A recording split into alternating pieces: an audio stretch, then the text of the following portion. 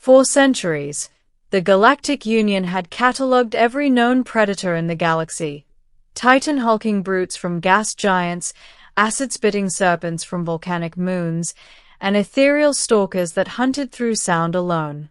But among all the species studied, one planet continued to perplex them: Earth. Not because of humans.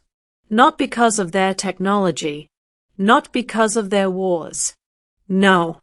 It was Earth's wildlife that unsettled the galaxy's greatest minds. The reports were always strange.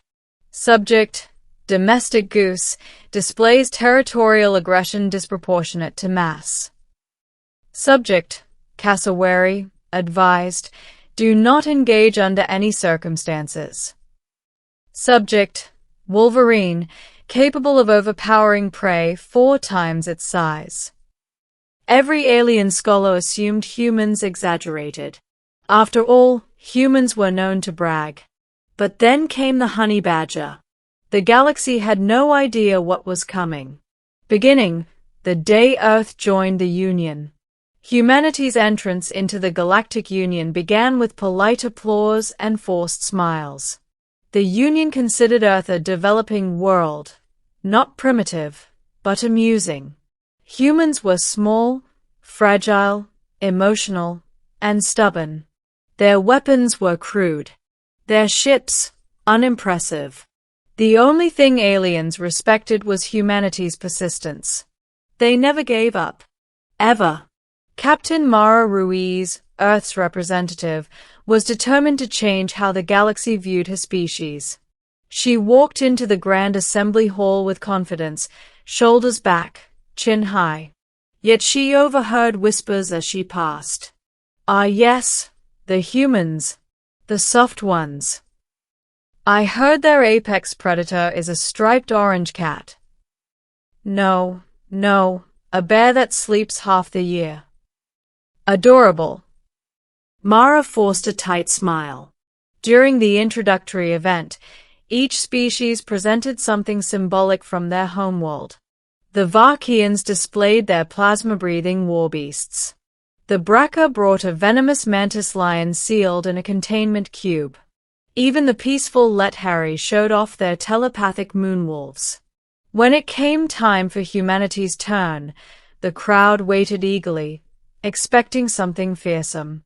Captain Mara cleared her throat. We have brought with us a creature that represents Earth's spirit. Relentless. Fearless. Unyielding.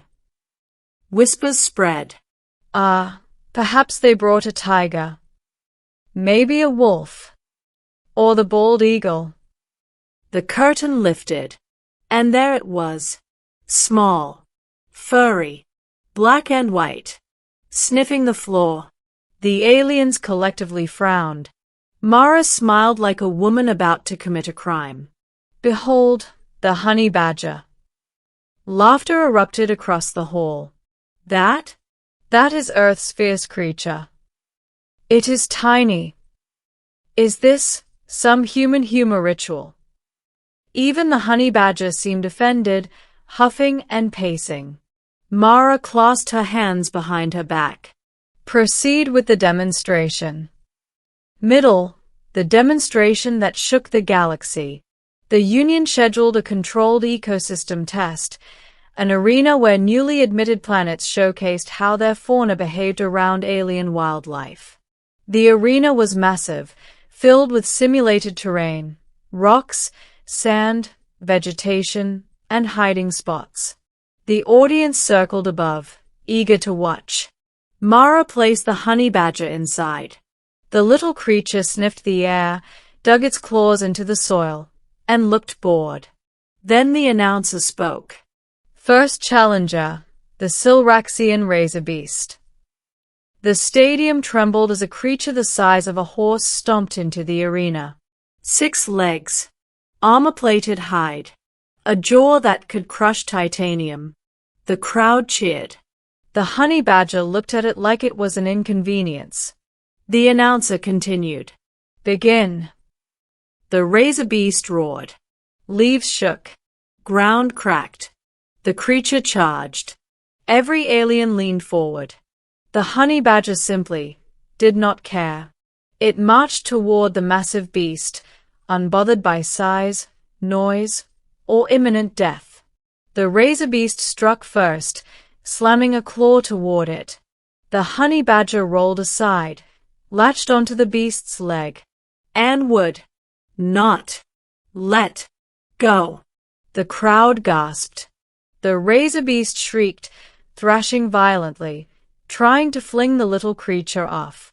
But the honey badger climbed higher, claws digging in, teeth ripping into the armored hide. "Impossible," murmured a Vakian general. "It's chewing through plating," gasped a Braca warlord.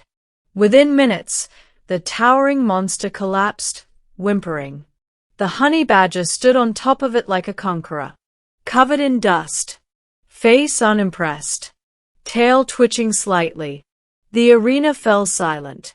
But Mara wasn't finished. "Next challenger," she said. The announcer stuttered.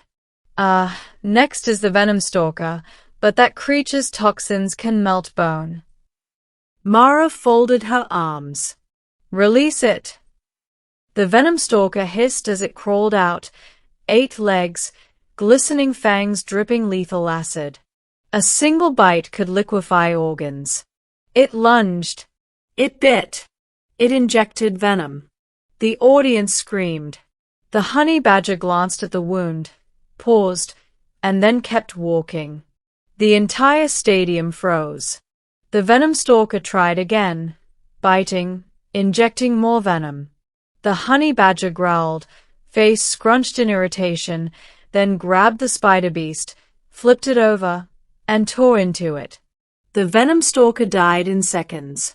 The honey badger wobbled a little, laid down, and took a nap. 10 minutes later, it woke up, stretched, and resumed pacing like nothing happened. It recovered from lethal venom," cried a scientist. Mara only shrugged. Honey badgers don't care. The arena erupts into chaos. The Galactic Union scrambled. Field biologists shouted. Generals recorded footage. Medical teams demanded samples. The Vakians immediately tried to buy one for their army. The Braca asked if humanity had more of these death weasels. But Mara raised her hand. "Humans do not sell honey badgers." "No? Why not?" a diplomat asked. "Because we can't catch them," Mara said flatly. "They escape every enclosure." Confusion turned into fear. The honey badger then escaped its arena. Just walked out. Bent the reinforced bars. Bit through an energy cable.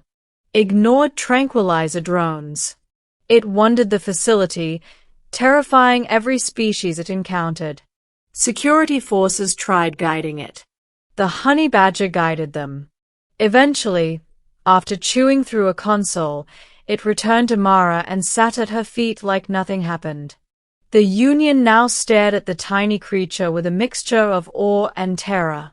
Ending, the respect Earth finally earned.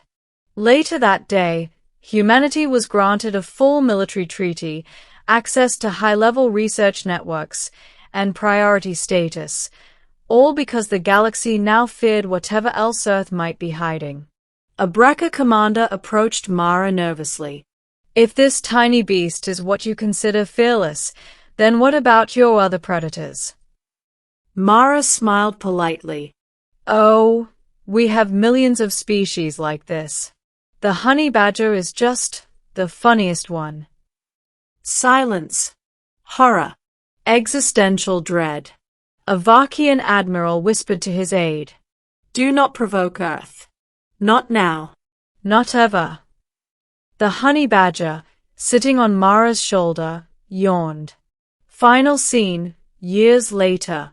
The honey badger became a symbol, Earth's unofficial ambassador of chaos. Its statue was placed in the Galactic Hall of Predators, standing proudly between 2 extinct megabeasts. Aliens still whispered about the day humanity shocked the galaxy. Not with warships. Not with weapons. Not with technology. but with a creature that cared about nothing, feared nothing, and destroyed everything in its path with pure, unstoppable attitude. And that was the day the galaxy learned a simple truth. Humans were dangerous. But Earth's animals? They were nightmares wrapped in fur. And among them all, one creature reigned supreme. The honey badger, the true apex predator of the Milky Way.